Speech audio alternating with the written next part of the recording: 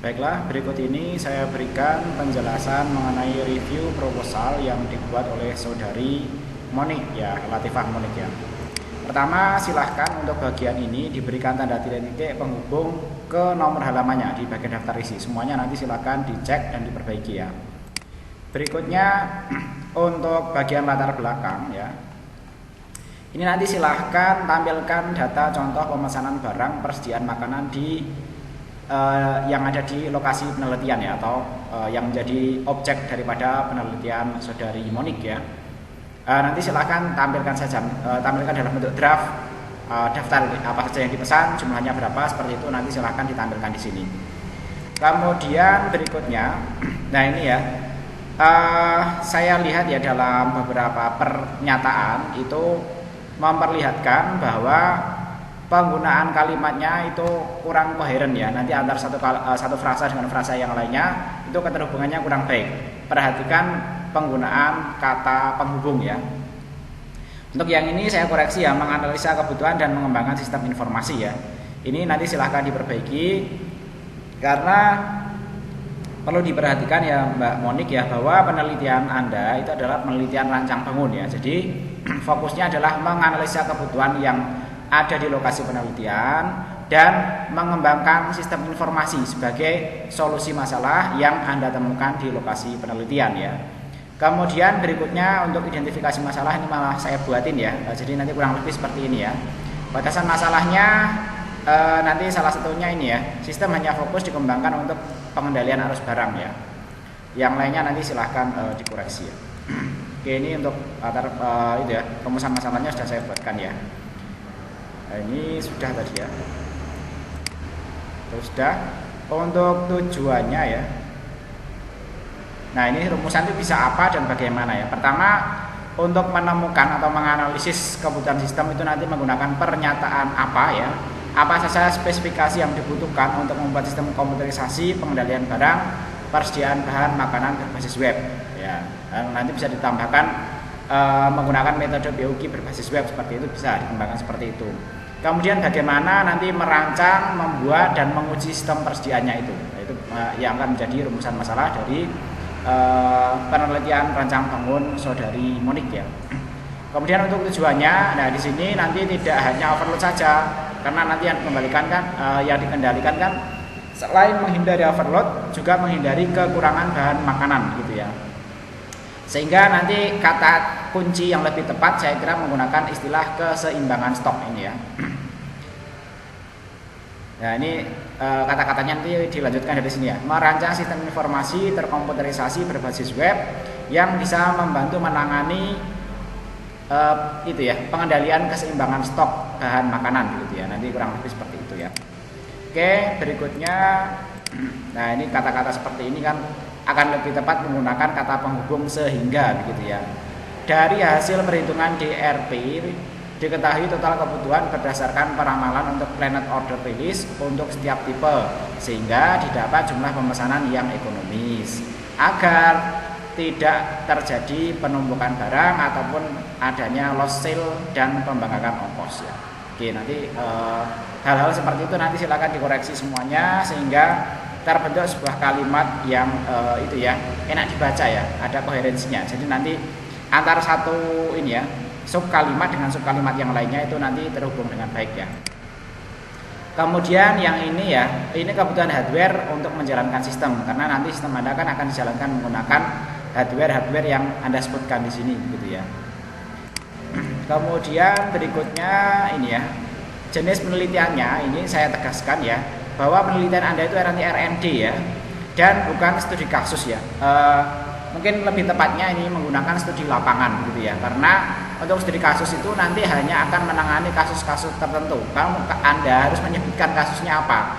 Misalnya kalau studi kasus itu misalnya kasus itu ya, sering kehilangannya barang di sana begitu ya. Misalnya atau kasus sering terjadinya overload di sana. Padahal yang Anda teliti kan keseluruhannya begitu ya, tentang barang keseluruhannya begitu ya. Jadi nanti barang di sana itu yang terjadi apa? Misalnya, oh Anda menemukan yang terjadi di sana itu sering kekurangan barang, sering kelebihan barang dan seterusnya. Nah itu nanti kan akan lebih tepat menggunakan R&D yang pada saat observasinya menggunakan teknik studi lapangan begitu ya, bukan studi kasus ya. Karena belum tahu kasusnya. Nanti di sini nanti studi lapangan menggunakan data kualitatif begitu ya. Fokusnya nanti ya gunakan metode R&D yang berfokus menganalisa kebutuhan, membuat desain, membuat produk dan menguji produk ya. Kemudian nah seperti ini tidak konsisten ya. Ini warnanya abu-abu sedangkan yang ini warnanya hitam pekat. Saya yakin ini copy paste tapi tidak diedit ya. Oke, kemudian berikutnya ini ya. Pada FOD ya, flow of diagram ya. Ini lebih tepat disebut sebagai flow of diagram ya, karena untuk flow chart itu biasanya yang tanpa swim lane seperti ini ya. Ini disebut aja flow of diagram atau biasa disingkat dengan FOD seperti itu ya. Atau bisa menggunakan sebenarnya BPMN atau Business Modeling Process Notation ya. Nah, bisa juga menggunakan ini ya. BPMN yaitu business ya, modeling ya, notation ya. Nah seperti ini bisa. Kemudian nah ini penggunaan terminatornya salah ya. Terminator itu maksudnya begini. Kalau ini diberi tanda terminator seperti ini, artinya ini seolah-olah berhenti di sini, cuma nanti dilanjutkan di ini ya, lane swim berikutnya, ini ya, di kotak berikutnya begitu ya. Misalnya itu contohnya seperti ini ya. Misalnya setelah input bahan makanan itu nanti ada data bahan makanan, misalnya di sini ya. Di sini ada data bahan makanan. Ya, misalnya di sini ada data bahan makanan ya.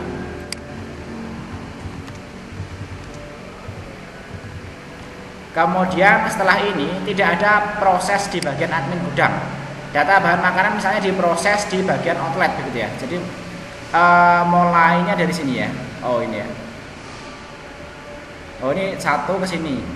Kemudian nah ini ke sini kan tidak jelas nih ya. Nah semestinya ini ada terminatornya. Kedua atau gimana? Kalau memang ini tidak berlanjut ke sini, itu semestinya Oke, ini saya kasih contoh seperti ini saja. Misalnya ini nomor,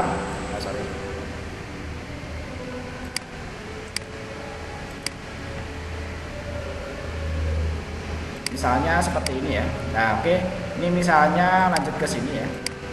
Nah, ini misalnya dikasih nomor 1 ya. Nah, ini nomor 1. Artinya ini nanti bisa dilanjutkan di sisi sini. Ini nanti misalnya kasusnya seperti ini ya. Nah ini nomor 1. Nah itu nanti dilanjutkan ke proses berikutnya ya. Nah, jadi aturan dalam FOD itu bahwa proses itu tidak boleh seperti ini ya, harus ada datanya dulu gitu ya. Data itu tidak boleh berdiri sendiri, data itu harus ada prosesnya dulu. Jadi kalau nanti di sini ada data dan belum ada proses sebelumnya di sini, artinya mungkin saja dia diproses di tempat yang lainnya, misalnya seperti itu. Sehingga nanti seperti ini, data seperti ini ya, itu nanti bisa saja ini bersumber dari nomor 1 seperti ini ya. Nah misalnya seperti ini nanti arahnya bisa ke sini. Nah seperti ini bisa ya. Tapi kalau kayak gini tidak tepat ya. Ini nomor 1, nomor 2 lanjutannya ke sini. Cuma ini tidak tepat ya. Ini tidak boleh ke terminator yang ada dalam submarian sendiri. Kalau memang dia berlanjut ke sini, ya udah ini lanjutkan ke sini saja seperti ini. Ke sini.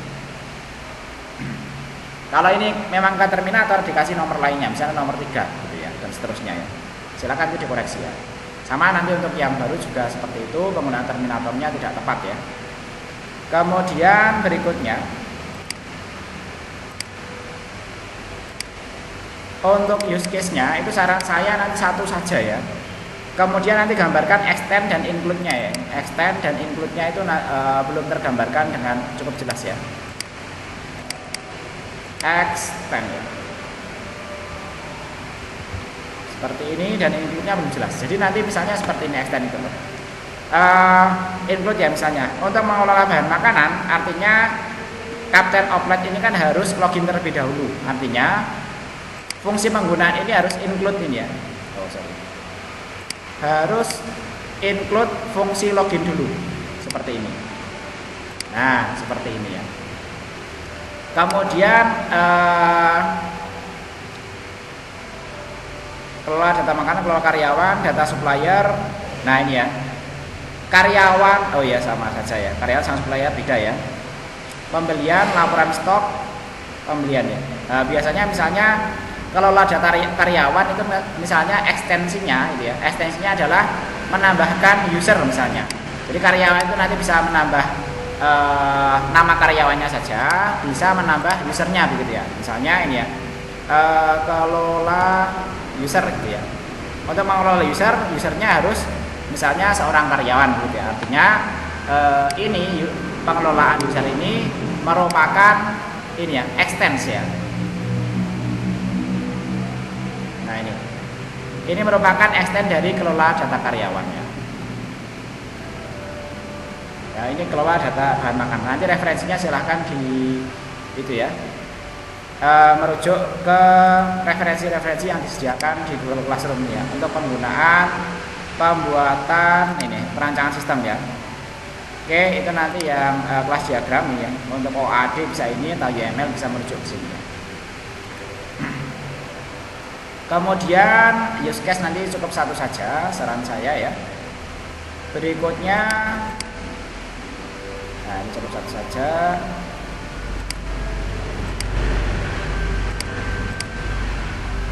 Untuk forecasting atau proses pemesanan hingga stocking itu nanti dalam satu diagram saja karena ini nanti saling berhubungan ya. Kemudian untuk proses pembelian ini ya. Jadi pembelian itu kan pertama pesan dulu. Setelah pesanan diterima oleh supplier mengkonfirmasi baru mengirim nanti beserta menyampaikan fakturnya. Jadi fakturnya sebaiknya sudah disimpan ke dalam sistem ya. Semestinya pilih supplier dulu untuk masing-masing bahan makanan, dihitung menggunakan POQ, baru nanti keluar PO atau purchase ordernya ya. Ini nanti jadikan satu antara stocking dan ini ya, purchasingnya ya. Pesan sama ini ya, stok ini ya. Ini laporan stok, tapi yang ini ya, membeli ya.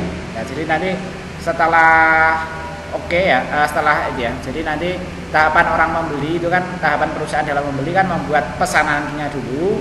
Setelah membuat pesanannya nanti misalnya supplier menyetujui kemudian mengirim beserta memberikan fakturnya begitu ya. Nah, dengan seperti itu nanti baru bisa menambahkan stok bahan makanannya seperti itu ya. Oke, berikutnya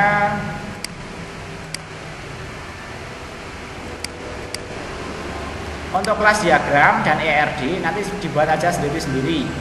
Semuanya nanti memiliki 10 tahap ya. Nanti bisa dilihat di sini ya. Nah, ini ya. Untuk ERD dan kelas diagram itu nanti dibuat dengan langkah-langkah ini. Sekitar ada 10 langkah itu nanti dibuat aja. Dari identifikasi entitas, kalau nanti yang kelas ya identifikasi kelas, kemudian tentukan relationship, gambarkan kelas kasar ya. Itu ya, gambar kasar kelas ya, kemudian tentukan kardinalitasnya, tentukan primary key-nya ya, atau nanti itu ya. Kalau dalam kelas tidak perlu menentukan primary key ya. Kemudian gambarkan ERD berdasarkan atribut kunci, ini tidak perlu dalam kelas diagram. Kemudian identifikasi properti lainnya atau atribut lainnya, itu nanti perlu ya. Kemudian petakan atribut ya. Kemudian berikutnya, oh ini primary key juga perlu sih di kelas diagram ya. Kemudian petakan atribut, berikutnya gambarkan ERD lengkap dengan atributnya, kemudian periksa kembali gitu ya. Kurang lebih nanti seperti itu, silahkan dikerjakan ya. Oke, dan ini seperti ini sama ini tidak ada hubungannya. Misalnya bahan makanan itu ya, dalam stok bahan makanannya itu kan semestinya itu ya, ada informasi siapa yang menyetok, nanti berdasarkan user ya. Juga stok itu sumbernya dari mana, semestinya ada informasi itu bahwa itu dari supplier misalnya ya. Oke, dan seterusnya itu nanti silahkan diperbaiki menggunakan teknik ERD ini saja. Oke, saya kira seperti itu, mudah-mudahan bisa dipahami dan bisa diperbaiki sehingga cepat bisa mengikuti sidang proposal.